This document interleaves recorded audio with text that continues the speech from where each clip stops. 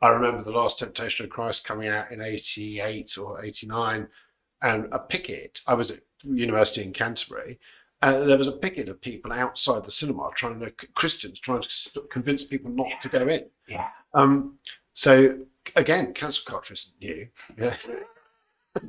But also there's this very dangerous thing, and as you know, it's my obsession in my book and most of the things I write. There's this very dangerous idea. There was once something great, and we've all lost it, and we need to get back to it. Yeah, and that's not true.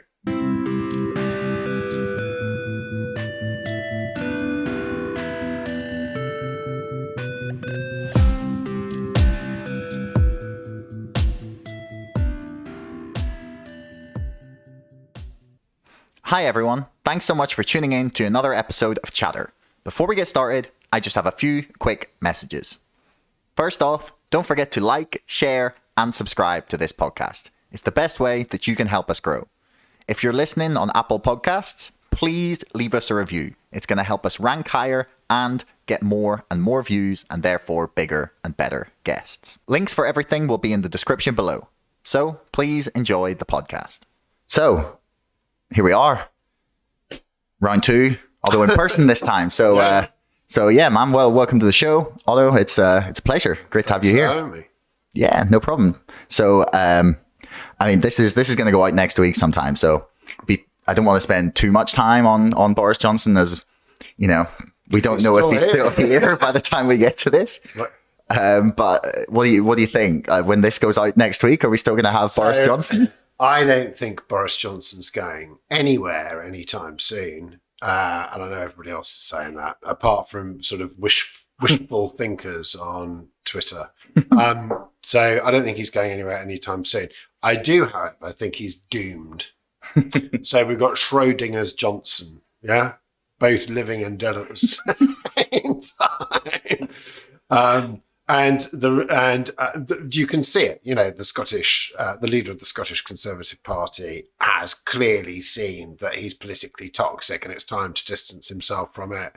You've got movements, manoeuvres going on. Clearly, Rishi Sunak is manoeuvring. Clearly, Liz Truss, in her unbridled support for Boris Johnson, will carry on to support him right up until the moment she stabs him in the back. He's clearly a dead duck prime minister, but who wants to take that poisoned chalice and sit on that poisoned throne, if there is such a thing? Because this is a bad time to become leader of the Conservative Party. So I think once the pandemic burns out, which it's very likely to do by the spring, and once those local elections start, I mean, there's a possibility that he could turn the whole thing round in a period of 4 or 5 months and suddenly produce some miracle out of a hat. And people do say he's the comeback king, but I don't actually believe that, because he's never really come back from anything as bad as this. So I think he's doomed, and I suspect he'll be gone sometime either before or around the autumn.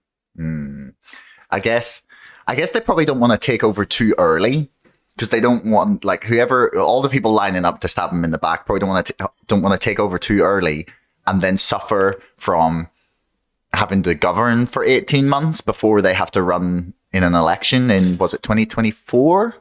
Yeah, but you see, also, I think they would probably have to hold some kind of snap election, because they'd have very little. I mean, when Theresa May became Prime Minister, she felt obliged to hold an election, an early election. When Boris Johnson became Prime Minister in 2019, he held a fairly snap election. I think given everything that's happened, if, say, Rishi Sunak was anointed the king, I think he too would probably feel obliged to hold an early election. How do you think Rishi Sunak would go down with the British public? So I've been giving this a lot of thought. Rishi Sunak would be the richest prime minister by far in our history. I did actually start trying to tot up some numbers. I think he's probably richer than the combined wealth of all the prime ministers that have gone before since about possibly forever. I mean, he's via his marriage, he is an incredibly rich man. And that, I think, will play badly with the public because you've got rising inflation, rising cost of living. You've got all the trouble down the line that the pandemic and Brexit and things will bring. And you're going to have this super rich guy in power. And that will be a real target for his enemies and for the Labour Party. They'll call him out of touch Rishi or something, you know. That's basically what I see happening. Yeah. If I'm honest, I just see it becoming this thing where it's like, do you want a billionaire to be prime minister? Like that's literally, I can't see that happening. Maybe I'm wrong, but I have no idea actually, to be fair, what's going to happen with the next election. Like, do you see he's also not as popular with the Conservative Party faithful as Liz Truss. So, I mean, the money is on Liz Truss. But you see, I think really yes, but no. I mean, if you don't want the Conservatives in power anymore, and I'm quite open about. I mean, I'm not party political. I used to be party political. I used to be a member of the Labour Party. I used to vote Labour always, so I'm not that person anymore. And I would much rather have a Labour government or some kind of coalition government than the Conservatives. They're a dead duck government, and they have been for since 2016. Really, all of this messing about for 5 years has not done the people of this country any good. So I think a clean slate is needed, and Liz Truss as leader of the Conservative Party would be great because the public hates her.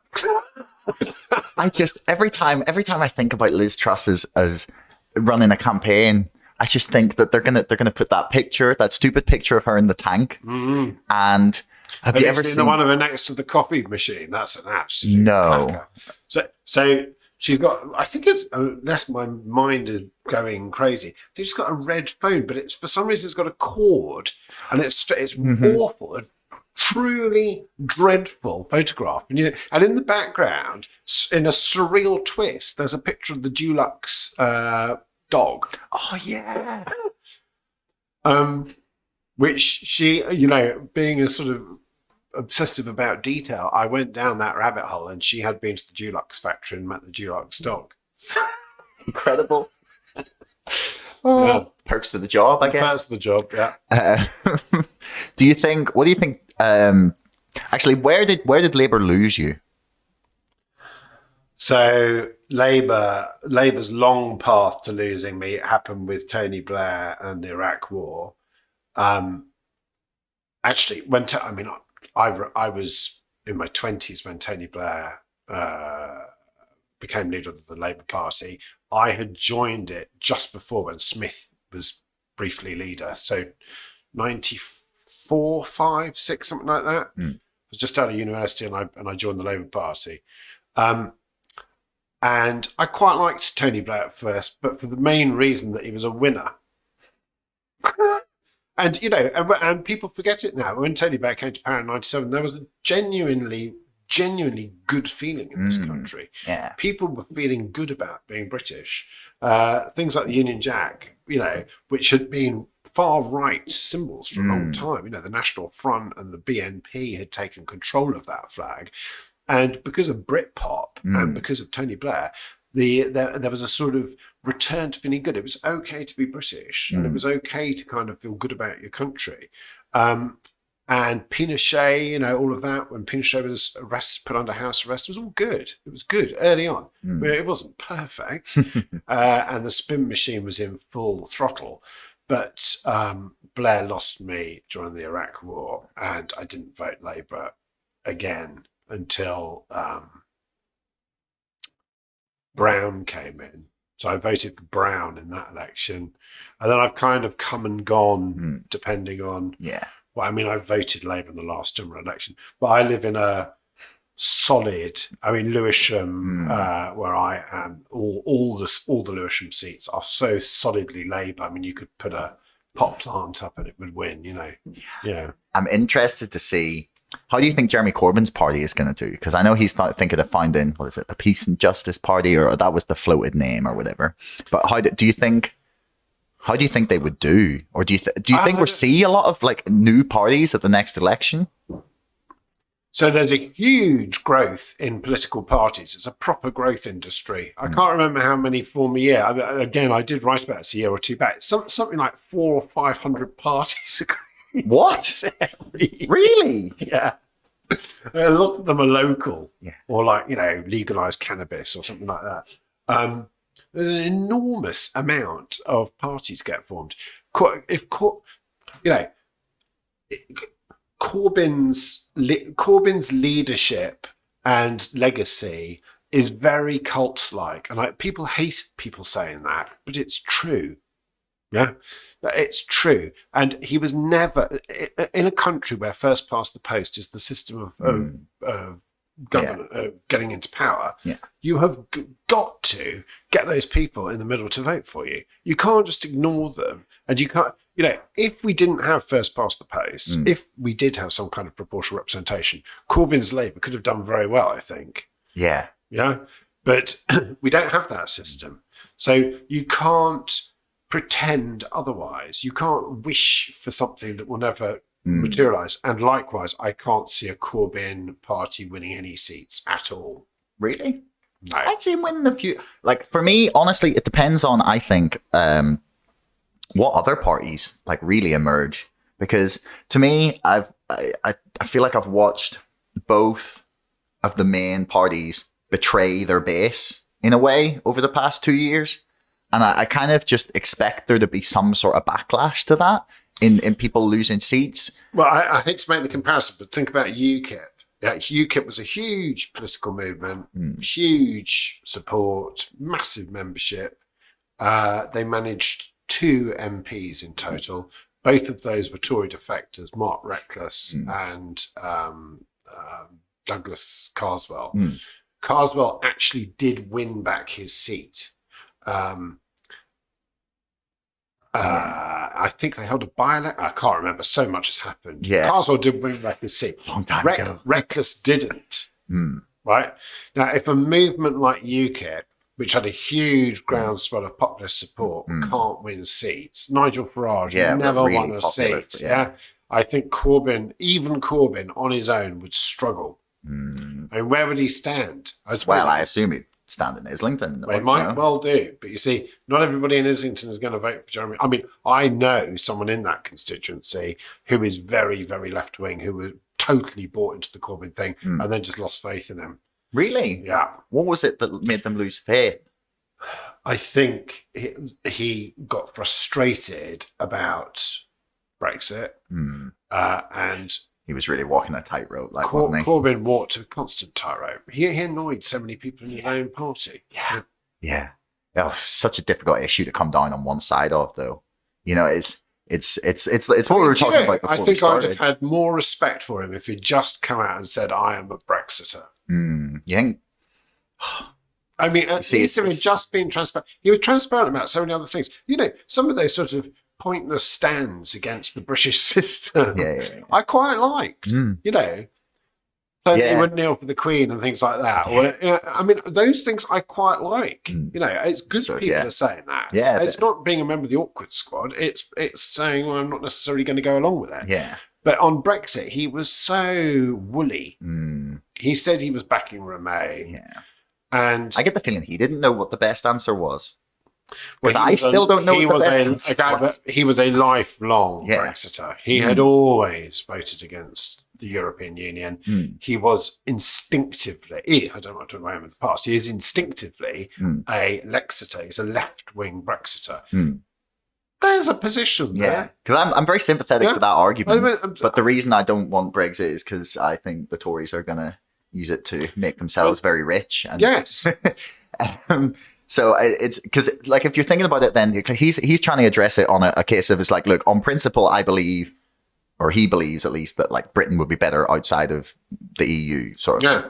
That's vaguely what his position has been for the thing. But then he's also looking at, well, who are the people that are going to take us through that, and will they make it worse for ordinary people? Yes. And I think that's where the real debate came from, and that's probably why he was so on the fence about it, and like not even, I think, unwilling to commit to a position. I think he was unable to, like, in his own head.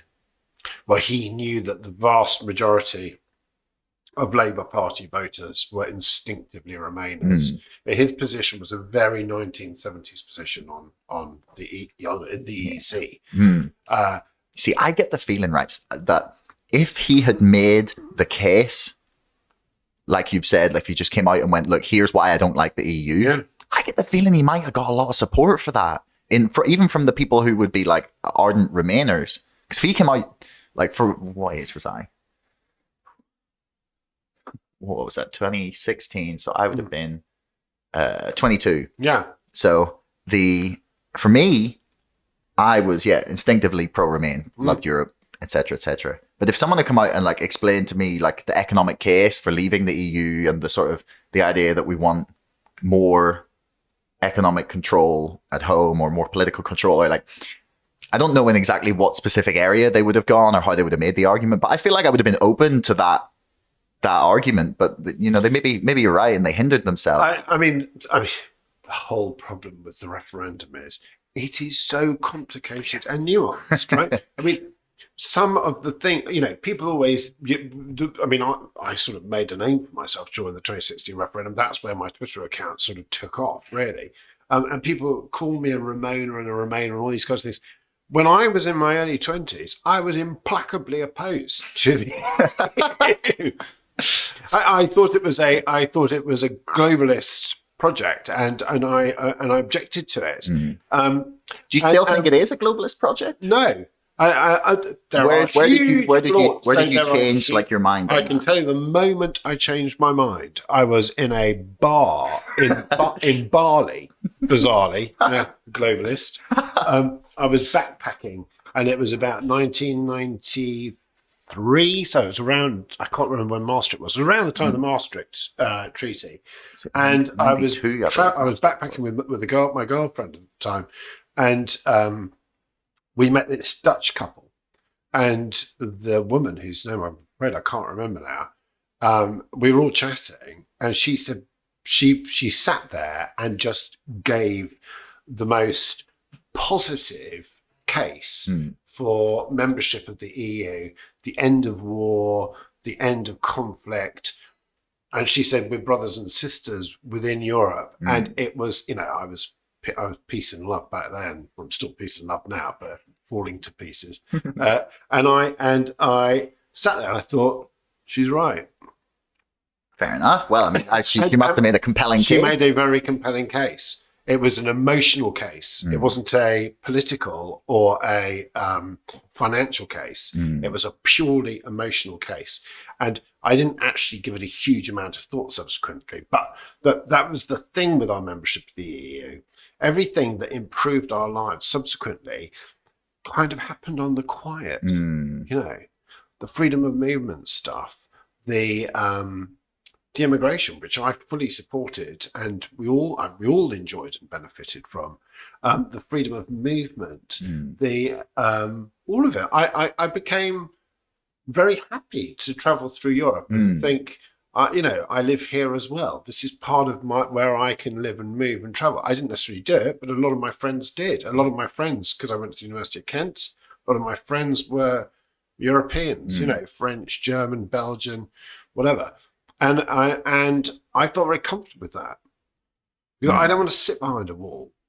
I don't want to be fenced in. No. I want to be somebody who can roam and whose children can roam, and I don't want to judge people on where they come from or what they do. That's who I am fundamentally. So of course I was pro-Remain. It doesn't mean that I like the Brussels machinery or you know, some of the politicians in the European Parliament. It doesn't mean I like all the bureaucracy, but the emotional case really sang to me, and it still sings to me. Yeah. Yeah, I totally, I'm so torn in my head, you know, because I feel like part of the problem that we have with politics at the minute is everyone feels like their lives are out of their own control.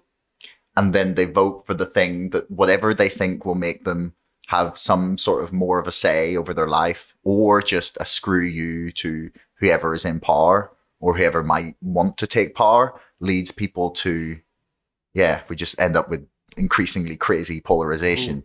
And the problem for me is that I feel like my vision for how we would fix our current like problem with that, at least anyway, would be like more what is the term? I talked about it with Chris Kendall. Subsidiarity, where things are like dealt with literally at the most local level possible. And I'm not 100% that that's compatible with like the amount of tiers of government that we have. I feel like the further away from where people are that the decisions are being made, the more they get like resentful at the decisions.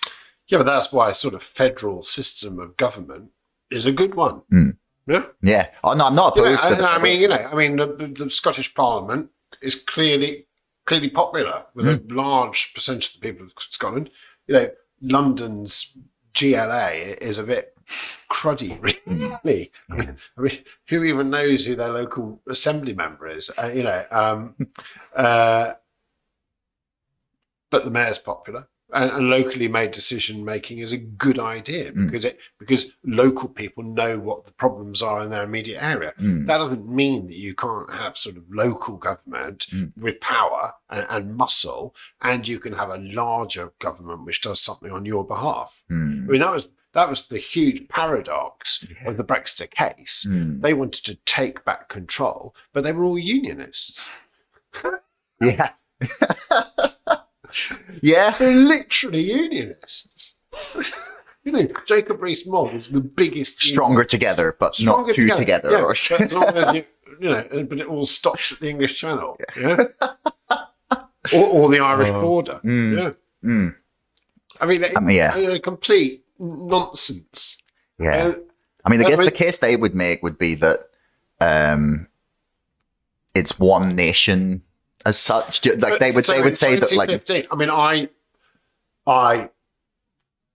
I thought that Scottish independence was a bad idea, but to be honest, I've changed my position on that. I now think it's none of my business.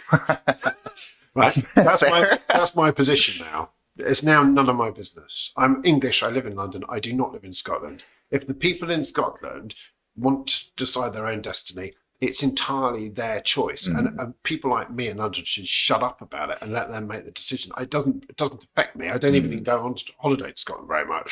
So, but but in 2015, I kind of opposed it emotionally because I thought that just as I believed the European Union was better to be part of something bigger, I thought it was better for the people of these islands to all have, free movement and all those kinds of things.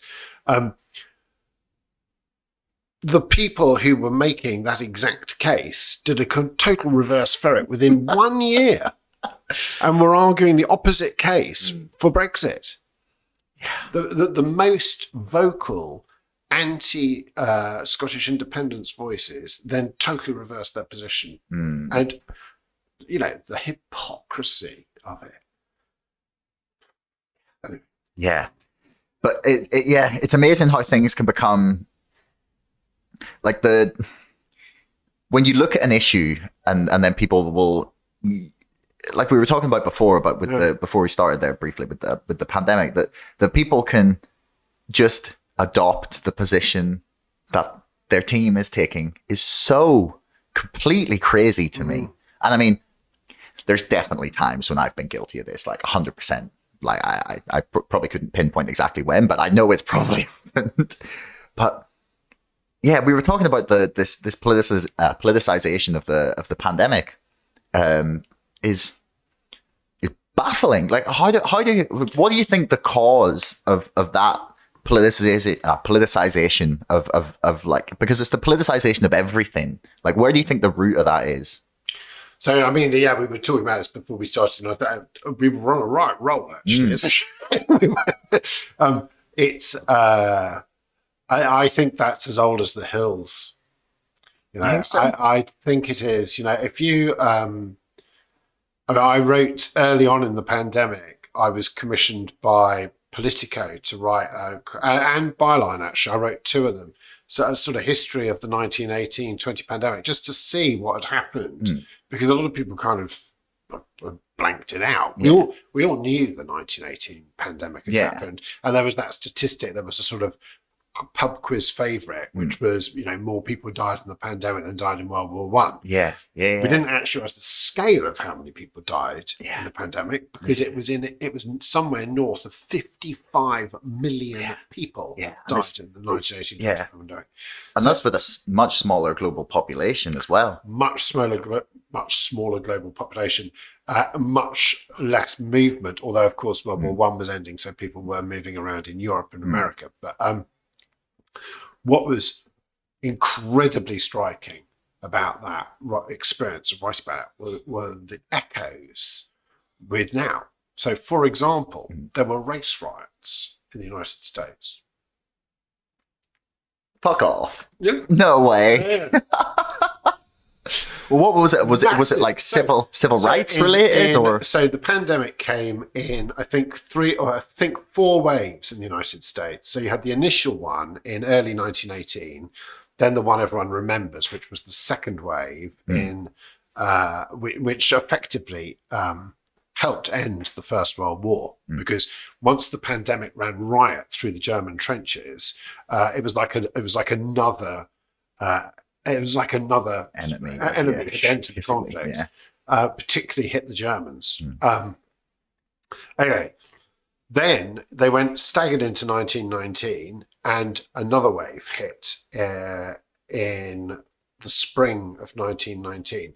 During that pandemic, young boy whose name I'm afraid I can't remember, because I haven't written this I was writing this 2 years ago, but a young black boy was paddling off in a lake off the coast of Chicago, and the beaches of Chicago were segregated, and there was already big swell in a sense of identity among Black Americans, because millions of Black Americans had gone and fought in the First World War from 1917 onwards. And there was a movement, and of course, well, not of course, a lot of Black Americans were living in poverty. So they were hit by the pandemic much harder than the white population in New York, and there was no sanitation, and there was no healthcare.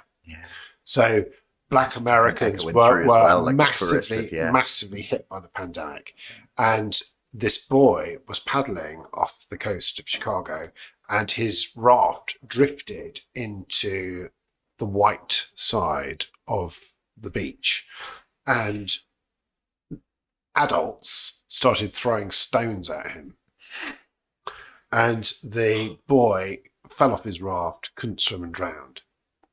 And there was a surge on the other side of the beach where the Black Americans were enjoying the spring sunshine. They surged over onto the other side. There was a fight, and the whole thing exploded.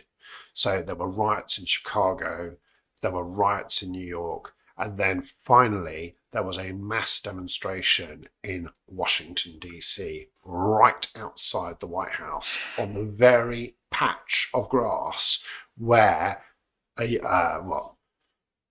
almost 100 years later, Donald Trump would incite a mob to go and storm the Capitol. I mean, you absolutely, crazy.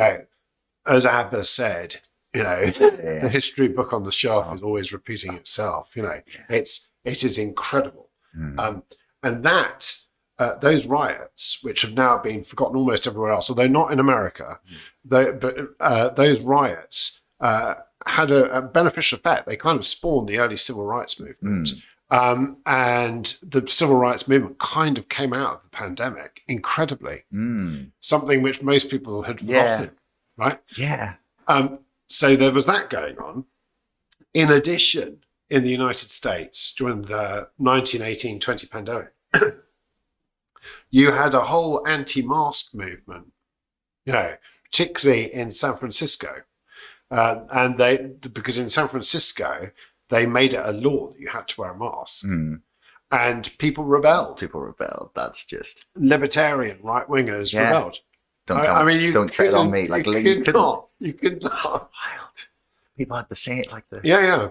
And I have read a case, but not a very convincing one, that the origins of the NSDAP, the Nazi Party, kind of came from the pandemic as well. This is what I was going to bring up. I don't know if you've read his work. It's a guy called Dr. Randy Thornhill. So he's done the concept is called parasite stress. So basically, he has been working on this for like 40 years, and he's looked at countries all around the world, and they look at the prevalence of infectious disease in each country. Obviously, that's focused around the equator, where it's the hottest and there's the most disease. And the more infectious disease there is in a country, the more likely the government is to be right-wing and authoritarian. So like that push towards the top right of the political compass. And they have like a 0.7 correlation on this. So it's not insignificant at all. And then they looked at some data from the number of deaths from Spanish flu in region by region in Germany. And they find that the correlated like almost identically was the number of deaths and the number of people who voted for the Nazis. Yeah, terrifying, right? And I get the feeling that because the idea is that we become more right wing because there's like the psychological. It's the psychological link to so the sort of like cleanliness, orderliness, like part of people's personality, of like that big five trait is like quite highly correlated with right wing political thought. And the theory is at least that it's because you're afraid of the outside, the unclean, basically. So it's the other becomes the scary thing, because especially in times of disease, like say like in our history, like 100,000 years ago, it was like that next tribe over the hill. Yeah, they could have been the ones that killed you, and therefore disease. Yeah, and like obviously we're not in that position now, and we should have the intelligence to move beyond that. But it's still in there, I mean, the beneficial things that came out of that first pandemic were things like the National Health Service. I mean, obviously it didn't spring up in the 1920s, but the grassroots, the green shoots of the National Health Service and health services everywhere came out of that pandemic, and people realised the need for some kind of joined up, free at point of use health service. So the anti-NHS people have been kicked into the long grass now. No political party is going to stand for they might be trying to do it by the back door, but no political party is going to stand on a on a platform of trying to get rid of the NHS anytime soon, because we've all been through this. Yeah, I think good things could come. History might repeat itself, but it doesn't mean that we have to go down the same paths. The events can act as a sort of warning. Cracks into us. And most people throughout the UK kind of saw the sense of the guidelines and things. They might now be angry with the hypocrisy of the government, and rightly so. But at the time when we were all under threat, most people saw the kind of sense in it. And I really noticed, actually, I live just down the road here in Lewisham. We really got hit by Omicron. Really? Massive. Yeah, I heard everyone was telling me not to come to London. I think at one point we were the third highest number of cases in the country. I think at one point we briefly peaked. What I noticed, and it's very anecdotal, what I noticed was that although people were pretty good at wearing masks in Lewisham, during the arrival of Omicron, I noticed mask use got to maybe 98, 99%. And it was the same thing in Belfast. So that's because people could no longer pretend it wasn't happening, because everybody knew someone who'd had it. Yeah. Yeah, It wasn't government. It wasn't government. it's amazing. It's amazing how people's it was like personal experience. It's amazing how that can be just like incredibly more powerful than Yeah. and like on the other side as well. It's like someone can hear like one adverse reaction to a vaccine and then they're like immediately like no. It's like anecdotal, like people's own experiences like are far more like capable of shaping, I think, their own way of looking at things than whatever government messaging might be like battered out 100 true, like yeah. day. That's the Facebook effect, isn't it? Yeah. People will believe a friend on Facebook over almost anything else. Yeah. But I mean, that's just, I think it's probably natural. Like you're never going to get people to like not believe the people they know. Do you know what I mean? It's very easy to dismiss things when it's coming from someone that you don't know. You can easily just be like, well, they're lying. Whereas when it's your friend, you're like, well, you know, why would they lie? Or why, you know, you're more inclined to give the benefit of the doubt to the people you know. I find, at least anyway. But so the one of the things I wanted to talk to you about was this like creeping authoritarianism that we're seeing in the UK. Because like this is what concerns me. Because like, okay, so we had the 2 years the pandemic. So first lockdowns, etc., I was like totally in favor. But by the time the second ones rolled around, I started to get very concerned that this, like, not that there wasn't a crisis, but that the crisis was being exploited, especially by the Conservative Party in Britain. I'm not going to speak about other countries, but in Britain at least, like, for example, they hand out like obscene amounts of money to their donors. And now, mainly in this vaccine passport ID thing, I can't conceive of a situation in which it's a good idea to give any government, especially the Tories, that amount of power in the, like, because, right, it seems really innocuous now, but for me, it's what it is. It's a central, controlled pass to access society. And I don't think that should be ever given to the hands of a government. So you make a strong point. I don't think a vaccine passport was ever really necessary, and I don't think that they've come for that reason. I mean, I'm triple jabbed. I'm boosted, etc., and I'm happy to follow the advice on that. I'm a middle-aged man, and I know people who got very, very ill at my age. In fact, I myself, very early in the pandemic, had something. Yeah, I got floored. And I was really ill. In fact, I've never really thought, am I going to die? But I thought I was going to die. But what I had was prior to cases of coronavirus massively take off in the country. So I assumed I had some kind of winter flu. But I live in Lewisham. You know, Lewisham was one of the first places to have identified cases of coronavirus again. So I think I had it early in February 2020. And I was really ill. And I couldn't even walk up the very slight incline outside by the hill. And, you know, as I say, I'm a middle-aged man. I have two small children, youngish children, they're teenagers now. And I thought I'm going to die. And I kept thinking, I will get better. Yeah, I will get better because it's just a cold or a flu. But it didn't go away. So for weeks I had it. And then just at the point I thought, because I'm a bloke, I thought, you know, I better go to the hospital. Yeah. And then typically, just at the point where I thought, okay, this is never going to go away, and I've got some life-threatening condition, it eased and I got better, but very slowly. Some months after that, and I will come to an answer to your question in a moment, I got a WhatsApp message from the sister of a friend of mine in Indonesia, and I actually had a missed call, and I knew immediately what that meant. You don't get a random missed WhatsApp call from somebody in Indonesia unless it's bad news. And lo and behold, my friend Arif had died of coronavirus. He was a bit older than me. He was like 54, 55, and he leaves.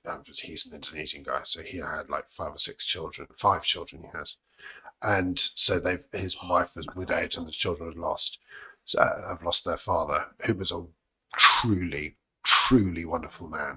And that really hit me because somebody I knew had now died of coronavirus, although not in this country, in a developing world country. Yeah. But still, what we were talking about is your own experience. Like, It's my own experience. So to me, it suddenly became very real. And I found myself getting annoyed with people who were more concerned with the restrictions than the threat this thing posed to millions of people's lives and health. I do agree with you that it's a really difficult balance, that because, you know, anybody who has read anything I've ever written will know that I am implacably opposed to this government. I detest Boris Johnson with every fibre of my being. I could not be more opposed to this government and their modus operandi. But the advice was not really coming from the government. It was coming from the scientists, and it was coming from, you know, it was coming from healthcare professionals who were trying to guide us through it. And that's what I kept falling back on. I kept falling back on, this isn't the government. This is the science. And that's why I will follow that advice. And that's why I will make sure my children follow that advice. And that's why my wife, even as my father-in-law was dying, followed the advice and did not go and visit her dying father or hold a funeral for him when he died. So I know that's you just brush over that, but I know it's. So my mother actually also died of the pandemic, and in the weeks before she died, I knew she was on her way out. I had to have my mask on and all those things, and I did it. Even though I was in a room on my own with my mother, I did it. I wore the mask for the benefit, and I kept followed through. Now, those things, I think, and millions of people have had around the world, and hundreds of thousands of people in this country have had similar experiences. We've all got a story of someone we know who lost someone they loved during this pandemic. I think all of us who did the right thing and followed the advice and did what we were told to do, we weren't idiots. And I don't think we were useful idiots or anything like that. I think we were trying for the benefit of everybody to do the right thing. The government has now, and this is why I detest them even more this morning than I did yesterday. The government has now made a complete joke out of all of that. It's like they're laughing at everybody's efforts. And so, to return to your original point, I don't think we should all be given passports or whatever. I do think that if we are sharing a space with a number of people, like a nightclub or I don't find making everyone take a test to be as insidious. A test, for example. A test. And just to show a bit of respect to the people that you're mingling with and to try and speed this nightmare to its conclusion. I don't think that's a bad thing. No, the test. I do feel very strongly that forcing people to have vaccinations is going down the road to total totalitarianism, and I strongly disapprove of that. I do think that if you are dealing with elderly relatives, as I was with my mother, or in a care home, and you're not vaccinated, and there is evidence that being vaccinated stops you spreading the illness, was fairly good evidence, I think. There's a period at least. We don't know what the window is, but there's like. I think in those circumstances, I think people should take the vaccinations, and it's their choice. But if they don't want to take the vaccination, or if they don't want to wear a mask, and if they don't want to operate in a way that will protect those either in their care or those around them, maybe you shouldn't be doing that job. Yeah. Again, I don't think we should start sacking people or anything like that. But I think then you get to the absurd position that California are in, where they're sacking the nurses and the positive ones keep working. It's like, what? But It's a difficult balance, isn't it? Yeah, it's that's the problem. And I don't think there's a right or a wrong in any of this, really. No, you know, that's the other difficult part about it. It's like people want to be right. You know, people want to have said, you know, when they were like anti-lockdown from the first moment, they want to be stood there now being like, well, look, I told you I was right. You know, they want to be correct, and they're willing to ignore sometimes the suffering of like, examples like yourself. Well, my examples are anecdotal, and you know, but they happened. But it happened to a lot of people. You know, I mean, what I want is a bit more nuance in life generally. You know, sometimes I'll make a massive error on Twitter or something like that. You'll get people going, you made a massive error. And do you know what my attitude is? Yes, I made a massive error. And if I've made a massive error, I put my hands up. I made a massive error. I said the wrong thing. I did the wrong thing. I got my data wrong. I made a mistake. Yeah. Everybody makes a mistake. What is wrong in accepting that you made a mistake? Yeah, like this is the other problem as well. Is that people won't do that. No. And as you say, people will pick these positions and then they will stick to them through thick and thin. They won't countenance any nuance or difficulty around it. I see it with Remainers, actually.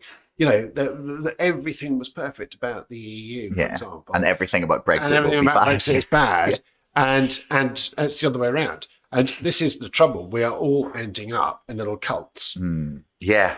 And that's what it's like. And this is why, I don't know if you've seen, there's been a lot of discussion about this term, was it? Mass formation psychosis. So I'm actually going to interview the guy who has been the central author on the theory, Matthias Desmet.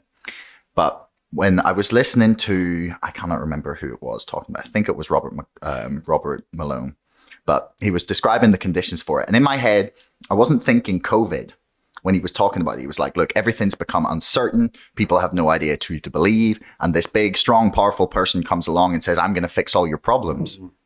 And I was like, how many times do we see that? Yeah. You know, this is not like, this isn't something that's just magically appeared. No. In like especially in the last like 10 years, that level of uncertainty that people have about the control of their lives, like to look at the Brexit thing, that, you know, people want to have more. But that all came out of the financial crisis of 2008. And, you know, Nazism and fascism flourished in the wake of the Wall Street crash.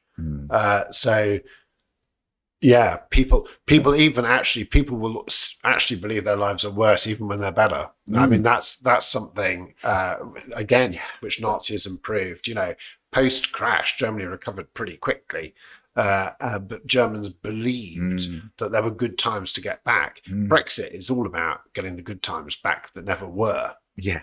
You know, if you believe that the 1970s or 80s or 60s were better than today, you're living in cloud cuckoo land. Yeah. I mean, they're better and worse, I think. Like for example, I don't know. Do you know Mark E. Thomas? He's the head of 99%. He makes the case that, say, we'd had the growth that we had in the 1970s over the past 10 years, that we'd be looking at a much stronger economy. Yeah. Which I find an interesting conception, because he points at the 1980s as the point where the economy changed from being built for the benefit of everyone, to being to move towards being to the benefit of the 1%, essentially. And it had always been like that. I mean, there's always been a very small minority of very rich people owning everything, you know, and people's rights back in the 70s and 80s. Oh yeah, fairly basic. I mean, I remember the 80s very well. I was a teenager. You know, I mean, the famous. We talk about cancel culture and all that stuff, where I remember clearly Sinn Féin representatives not being allowed to blinking talk on television. They had to get actors to speak their minds. Don't talk to me about cancel culture. And there was all the huge We had the Christian Conservative, right? Were all the councillors then. Well, yeah, but I can't quite remember, but I remember my sister going to see Life of Brian my older sister in whenever that was, 1980, 81. I remember The Last Temptation of Christ coming out in 88 or 89, and a picket. I was at university in Canterbury, and there was a picket of people outside the cinema Christians trying to convince people not to go in. Yeah. So again, cancel culture isn't new. Yeah.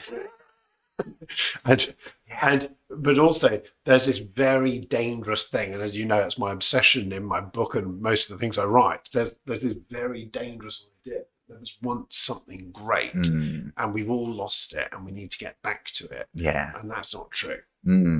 Yeah, people romanticize what those like older times would have been like. Yeah, because I say to basically everyone, it's like, are you seriously telling me that you don't want to live right now? Like, honestly, we have the least violent, like the least war, the most like diversity, the most acceptance of people, the easiest access to information, education, like the list goes on. You know, like terms of maybe we're making a little bit more or a little bit less than we were, like in real terms than maybe 20 years ago. Yeah, but you see, food. So before food should probably be more expensive. Back in the 70s, I can't remember the figure off the top of my head.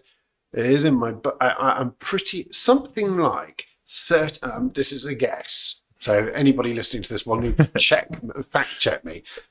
Something like 30% of household budget went on food. What? Yeah, it was a huge. I can't remember the exact figure. It was between 20 and 30%. You'll have to fact check it now. So in the early 70s, a huge proportion of household expenditure went on food. I might be exaggerating at 30%, but it was definitely well over 20. Let's see what Google says. Household budgets. Oh, here we go. Maybe this it's from the Food and Drink Federation. It's not the right one. Executive summary. Anyway. Yeah. Nowadays, it's a fraction of that, and even with inflation, I think it's 8 or 9%. That's not very much, really, in the grand scheme of things. People spent a lot more money on basic essentials in the past. So, what do you think? Well, I guess that expense has been. We think it was the other way around. We think in the past that there was the land of plenty and that everything was cheap, but it wasn't. And what was available wasn't very plentiful either, and the range of produce wasn't so good or fresh or widely. But people ate tinned food for most of the 90s and frozen food for most of the 70s and 80s. Most people were eating fairly crappy diets. The reason everybody was thin was because everyone smoked and died of lung cancer. Yeah, I do also get the feeling they had a slightly less sedentary lifestyle than we did. They had a less sedentary lifestyle, less refined sugar. Yeah. So I mean, no. Yeah. I mean, I saw this amazing thing the other day. It was just a stupid meme, but it was someone say it was like what people think people from the past would be impressed about, and like it's an iPhone, and it's like what they'd really be impressed about, and it was like the full stock shelf at Tesco's.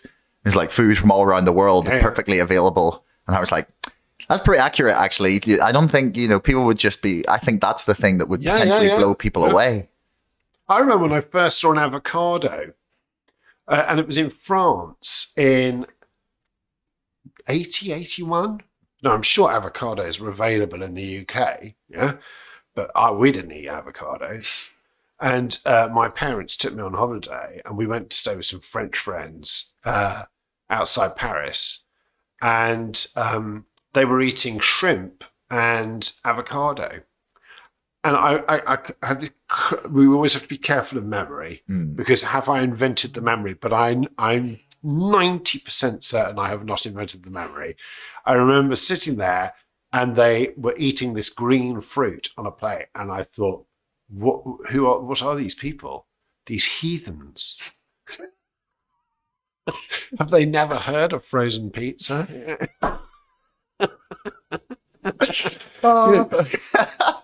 And I remember being totally sort of disgusted by French food, and like they would dip their croissant into their hot chocolate. It's just disgusting. These people are really, they're really unsophisticated. And of course, it was completely the other way around. Yeah. Well, I mean, maybe that's just the French. We just don't like the French, whatever the French are doing. But I'm interested to kind of go back here because you were talking about sort of the other side of this, like the bounce back and what we might see as like a positive result. And one of the things actually that I noticed in the last few days that I think is going to be a really positive result is I think that media organizations are going to actually attempt to give us the news. Maybe this is a pipe dream, but for example, CNN has been bought by, I cannot remember the name of the guy, but their coverage has noticeably changed of late and they've sacked all the like pure opinion people and they seem to be moving towards a more like just sort of here's the news style of reporting, which is unbelievable because like, yeah, so CNN have just... Well, the BBC have upped their game during the pandemic. Mm-hmm. You know, the obsession with facts has come back, the fact checking and the calling out of conspiracy theorists and the stuff like that. I mean, I feel they've really upped their game since 2016.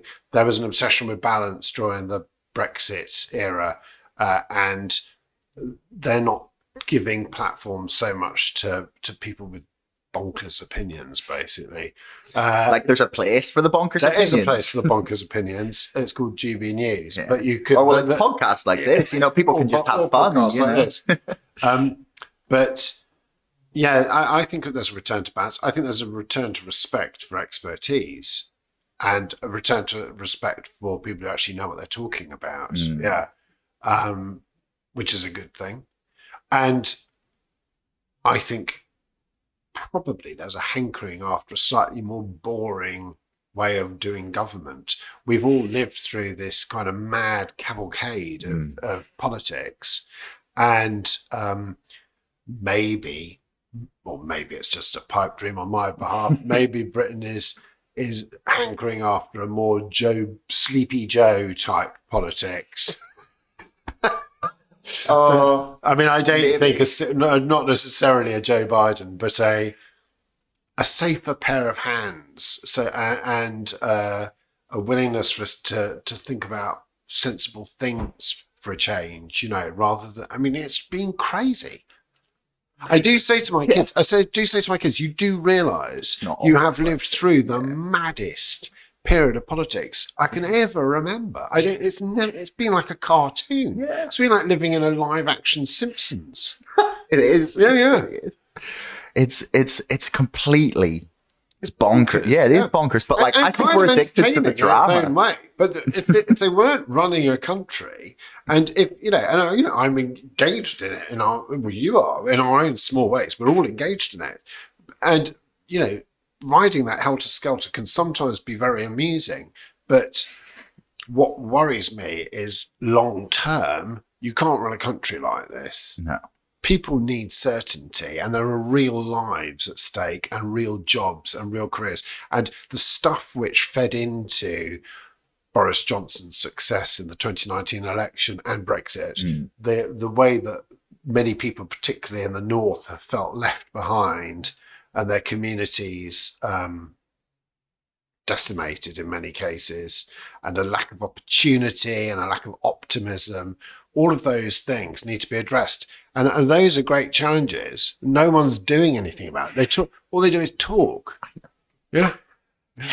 Yeah, it's pretty bad. But like, right, one part of me thinks maybe you're right. Maybe Britain will just look at Kier Starmer and just go, okay, please, we just want to ignore you for 4 years. Yeah. Like, just go govern. And, the other part of me thinks we're too addicted to the drama. Yeah. And that we couldn't possibly conceive of a boring, well, I call it, and I don't think I coined the phrase, but I call it politainment. And so people like Lawrence Fox, it's politainment. it's kind. I mean, I find I'm addicted to it as well. I kind of go and look at Lawrence Fox's Twitter feed, and I try and stop myself. It's like a guilty pleasure. What crazy thing has he said next? You know, and the GB News presenters to some extent, and this cartoonising of political life. I do genuinely think that if you put a sensible person in charge, just as in 1997, but you know, Tony Blair, crazy warlord Tony Blair, in his early before George Bush went, it's a bit like think about the money you'll make afterwards. Bob Dylan before he went electric. I do think. I mean, that was a good period. It was good. Again, I'm now being nostalgic for my youth and long hair, but it was good. It was good to have someone sensible in charge. Liam Gallagher could still sing. Liam Gallagher could still sing. Yeah. No, I don't know. I'm skeptical about Kier Starmer. I think we all are. I want him to be like come out with basically like something along the lines of Corbyn's 2017 manifesto, maybe a few things stripped out there, pulled back a little bit. But that manifesto was like broadly popular with the British public. It was only once she like attached it to Corbyn that it got a little bit less popular. That, but who actually reads manifesto? Well, I mean, to be fair, that one, I did actually see a lot of social media, especially young people who said it was the first manifesto they'd ever read and they were genuinely inspired by it. And I thought that was something not to take lightly, at least. Maybe, and I don't know, maybe the coverage was like too positive of it, or I don't know. But it seemed that people, at least the ideas that Corbyn was putting forward, when you didn't associate them with him, were popular. It was once you put it in that package. And I think Kier Starmer is attempting, or he could get away with that, where he'd go with the same-ish manifesto, but with his like forensic, sensible, milquetoast brand of politics. But then at the same time, I'm like, I don't trust you to do that. I believe that if Kier Starmer was to come to power, that he would just become Blair 2.0 and all of the same mistakes would be made. And that we would see very little difference. I can't see Kier Starmer. I mean, okay, maybe aside from that, I am not a Kier Starmer fan. I would rather have him in charge than Boris Johnson or Liz Truss. Yeah, and I think, in my mind, the next ambition is that it's to change that narrative. It's to get the Conservatives who've caused such damage to this country out and to get some fairly sensible administration in. And I suppose it's like going to it's like deciding to go out for dinner and then just finding that there are 3 restaurants available, and picking the one where there's not a fight going on in the bar. I would. I mean, that's maybe what I'm up to. I think we need to get to that stage.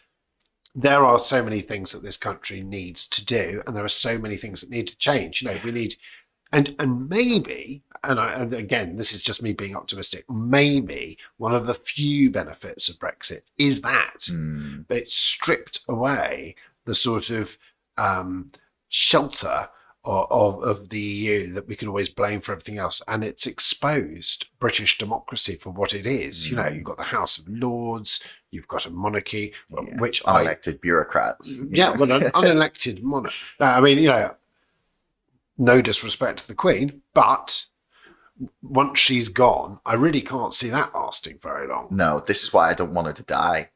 Like, I'm not a big royalist or anything, but it's like the last thing holding the country together is the Queen. Yeah.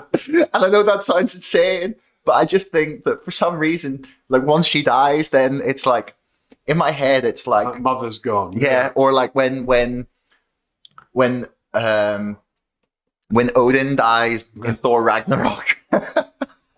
And like Hela appears. I mean, on the other hand, when the Queen dies, people will start to have a serious conversation about why we have a monarchy, and that pulling at that thread is not necessarily a bad thing, because I don't want another thread to pull on.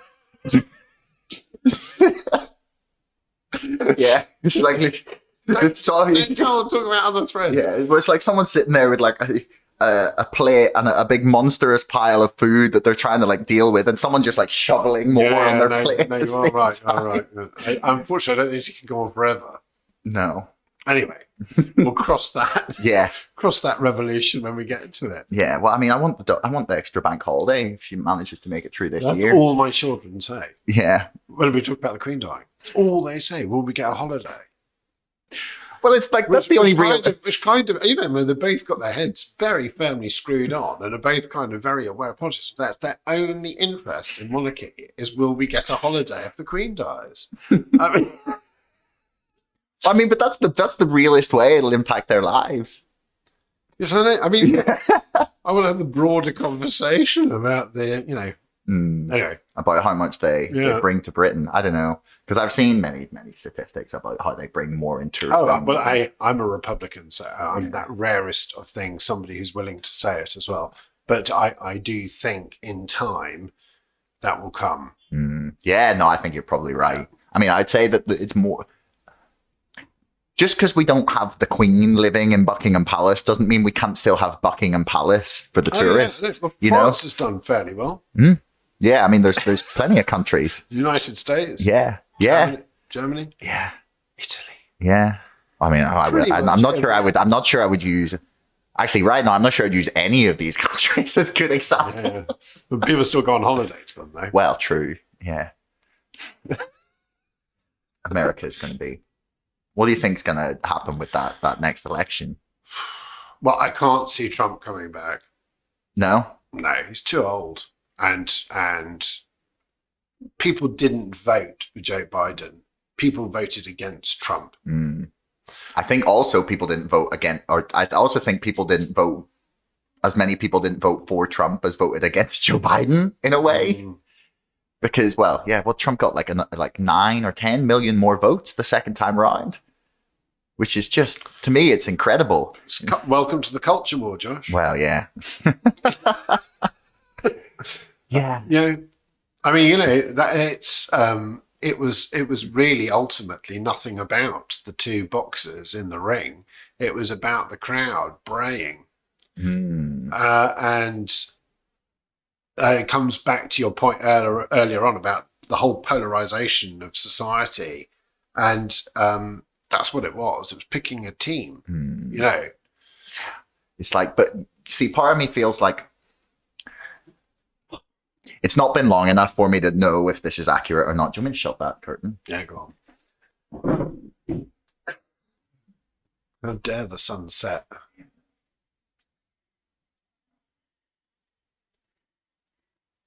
That's better. Okay. Where was I? Oh, yeah, right, okay. So it hasn't been long enough for me to figure out if this is actually the case.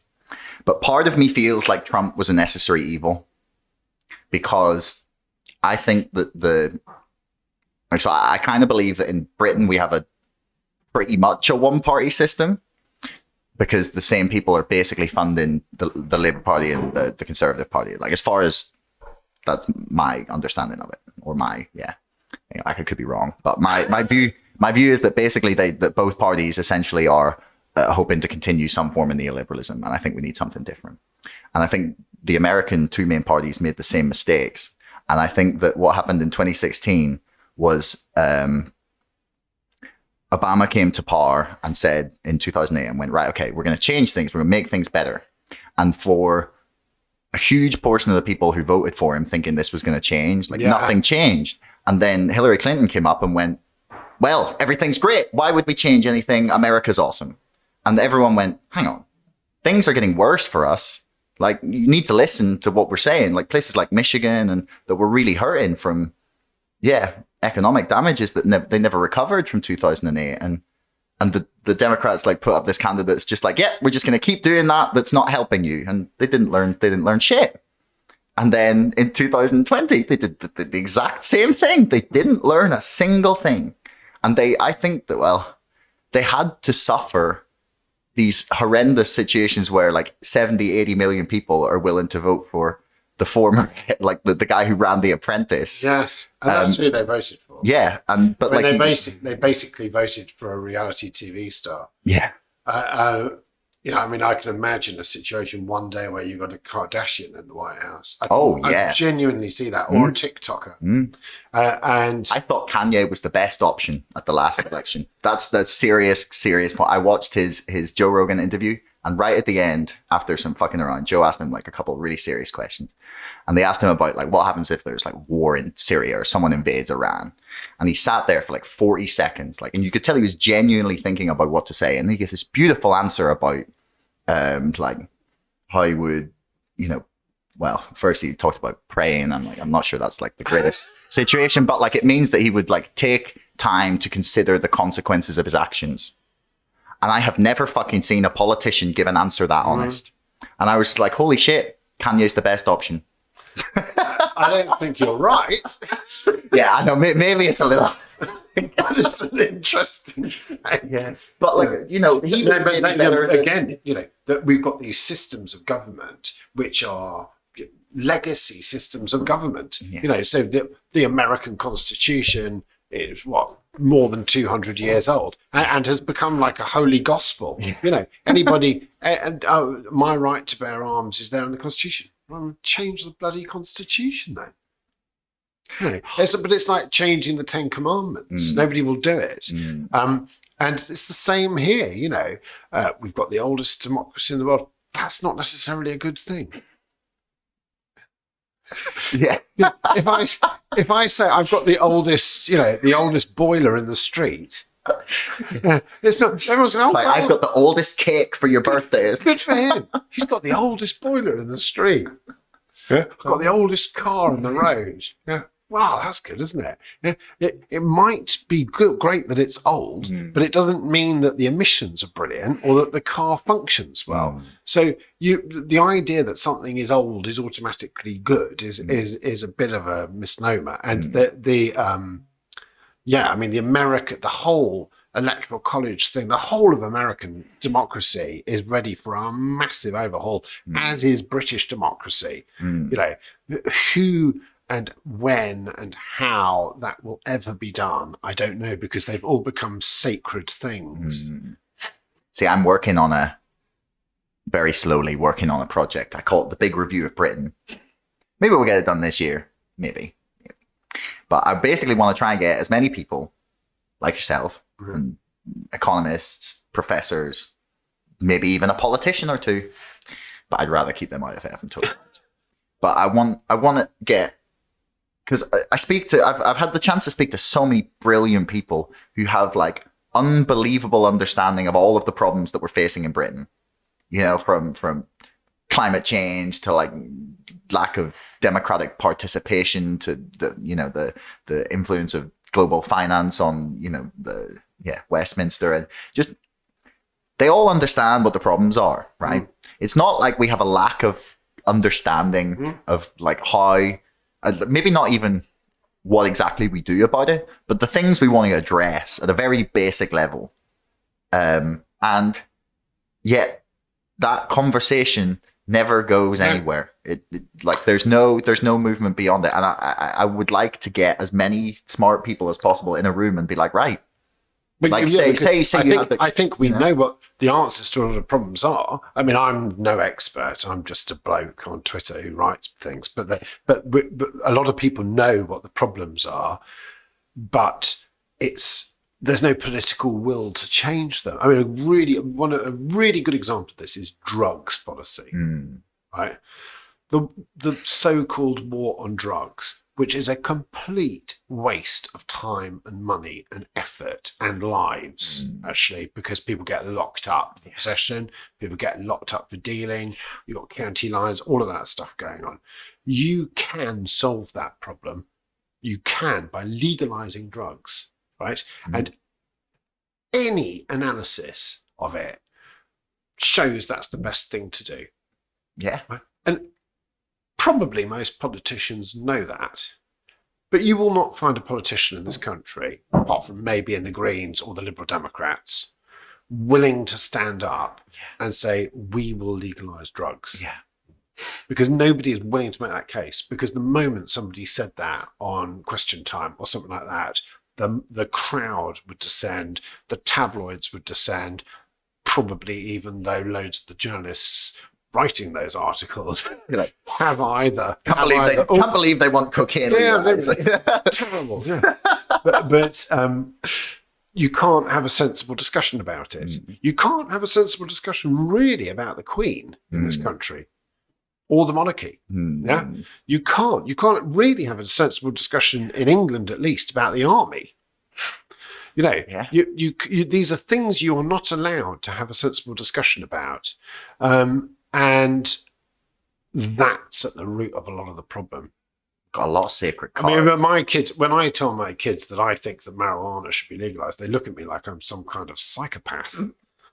Your kids? Yeah, exactly. That's actually a fair point. Because they don't expect their father I was going to say, to be saying we need to legalize weed. They don't expect it. Right?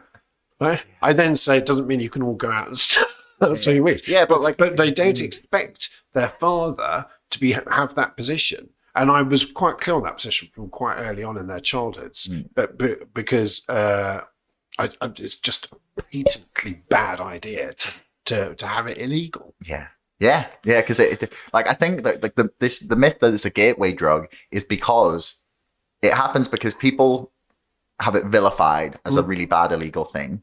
They try it, they go, oh well, what was all the fuss about? And then automatically, implicitly, everything else that's illegal, they're suddenly going, why are the other things illegal? Is it just the same as this? Well, that's true. Do you know what the iron law of prohibition is? No, but I mean, the iron law of prohibition is that if you come down hard on things, they become stronger. So during the American Prohibition era, but prior to that, most Americans drank beer, right? If you shift beer around, there's a lot of it, and it's bulky. Much easier to sell whiskey, right? Because it's small bottles, it's a stronger drink. So whiskey became the drink of choice during Prohibition, as did drugs. Because a lot of people don't realize this, but during Prohibition, cocaine use in America went through the roof. No way. Yeah. Because it's easier to smuggle and it's a stronger hit. So when you've got times of Prohibition, now the same thing has happened with weed. You know, in the late 80s, early 90s, there was a fairly laissez-faire attitude to drugs. You know, I mean, when I was at university, people would sit quite openly smoking dope. You know, I mean, it was nobody did anything about it in common rooms and bars. You know, people just smoked. Legit? Yeah, literally in the open, right in the open. And although I was at the University of Kent, which was a very libertarian, left-wing, whatever, but people would just sit around smoking it. Over time, as there's been more crackdowns, more stop and search, etc., the weed has got stronger. It's the iron law of prohibition. The skunk and things like that weren't around 30 years ago. Yeah. You get some real melon stuff these days. But so to move towards wrapping up, because we've sorry. No, it's all right. Rambling on. No, don't worry at all. This is what podcasts are for. Rambling on mindlessly. So what was the last thing I wanted to ask you about? All right, Julian Assange. So should he be deported? I'm not a lawyer. We should have started with Assange because I have very mixed feelings about Julian Assange, right? I have very mixed feelings about WikiLeaks. And that's because one of my other obsessions is Russian interference in things, right? Now, WikiLeaks is not a front for Vladimir Putin. No. It is a proper grassroots organization. But the democratic email leak in whenever that was 2015 was found and assumed by everybody to have been a Russian hack. And the people who leaked it were WikiLeaks. So all of that stuff makes me feel uncomfortable. All of the fact that Assange has been supported and backed by Russia Today, RT, that he had a program, I believe, on RT at one point. that makes me very uncomfortable. There's a lot of like left wingers who have been given a platform by Russia today. Yeah. And I don't think it's because they are implicitly pro-Russian. I think it's because the Russians are implicitly anti-establishment because it stirs division. Yeah. The RT is a operation to stir discontent in other countries while putting no voice of criticism for Russia. Yeah. One of the worst regimes on the planet. With a leader who has done all sorts of, anyway. Yeah. Those things make me uncomfortable. The original big leak of data on US military operations made me feel uncomfortable. Ordinary soldiers and members of the American military who had signed up, whose names and addresses were suddenly being flashed around the world.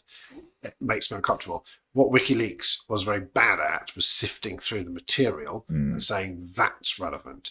They should not have done this massive data leak where ordinary people got their details, bank cards, all those things thrown out. So those things make me uncomfortable. Also, when Assange was originally, when the Swedish authorities basically wanted to question him when he was on bail and he did a runner into the Ecuadorian embassy and then stay there for 10 years or whatever, however long he was there, 7 or 8 or 9 years, all that time saying, I'm a prisoner here, etc., etc. Now, I do understand why he had legitimate concerns about being deported to the United States. And the people who said he didn't have legitimate concerns about being deported to the United States have now been proved wrong, right? Yeah. So coming on to that part of the debate, yes, there are legitimate concerns. And I do, the whole, Amnesty International have come out in favour of Assange. They've said that there are legitimate concerns about process, due process. Yeah, and he'll be tried under the Espionage Act. Whether he'll be given a fair trial. Other people have suggested that he might serve 178 years or something bonkers like that. I mean, obviously he won't serve 178 years. No. So, yes, I feel uncomfortable about all of those things. Yes, on those issues of deporting Assange to America, I think I'm probably on the side of Assange, but I'm not on this side of Julian Assange himself. Okay. Yeah, I see what you mean. I guess a nuanced position. Yeah, well, I mean, that's what we've been screaming for all afternoon, isn't it? I guess it comes down to this like question is like what is responsible to tell the public? Because in like part of me is like we should know everything. And then there's obviously like situations in which secrecy is important for a government running military operations, or like, there's things that would not be conducive even to the public interest for the public to be fully aware of. So if you are some young American kid and you're walking through a shopping mall in Delaware and somebody comes up to you and says, oh, the US military will pay for your college education, as happens with thousands of Americans. Thousands of Americans are recruited into the armed forces that way. A good percentage are told they'll have their college fees paid. That's why you get a lot of poorer Americans joining the US army. They believe they will be given an education, and they are given an education, and they pay it back by being in the US military. Those people, say 5-10 years down the line, there's a massive leak by WikiLeaks, and suddenly Steve in Delaware's address and things. Is that in the interests of Steve in Delaware? Of course it's not. Yeah, who's that in the interests of? Nobody. No. So what WikiLeaks could have done, and I'm not going to give them advice, but what WikiLeaks could have done was to sift through the information. And people within WikiLeaks left WikiLeaks because of this. They said, you've just thrown out all this data and innocent people's data and details. Yeah. Vis-a-vis things like the Iraq War and the dodgy dossier and the reasons for going to war in the first place. If somebody had leaked that information then, that would have been a magnificent thing. If somebody had said, look, they've made it all up and here it is. Do you think people would have cared? Because like it seems like a lot of the stuff that was in the Steele dossier was turned out to be like not based on much. Like, I mean, there was obviously Russian attempts to, like, it definitely wasn't in their worst interest for Trump to become president. But there wasn't, like, I don't know. They basically said the Steele dossier was not based on very much, and no one really cared. You didn't really see people being like, well, that wasn't, we did the whole impeachment thing we did Mueller's 18-month investigation and brought up not very much. And I'm like, well, if like, it seems like if the case was as strong as people made it out to be, and I believed it to be when I was listening to them, I was like, why is he not impeached? And then I was like, why the fuck are you not going for the emoluments clause? Like, he's profiting off the presidency. That's the literal thing that you can display. And I personally think they didn't go for that because then the Republicans would do it to any Democratic president who came in and who made any money off the presidency. But this is the other problem with American politics. They're constantly trying to impeach each other, aren't they? Yeah, So well, they just happened with Clinton. Yeah. I'm not defending Bill Clinton, but I don't think even Bill Clinton would defend Bill Clinton. But that kind of tit for tatting of, I think hopefully what we're agreeing here is it's the systems that are fundamentally flawed and probably not fit for purpose. No. And that those things need an overhaul, and no one's ever going to do that. So we'll still be sitting here in 10 years. No, I'm young enough to be optimistic still about it. Good luck. Give me 10 years. I'll be cynical. No.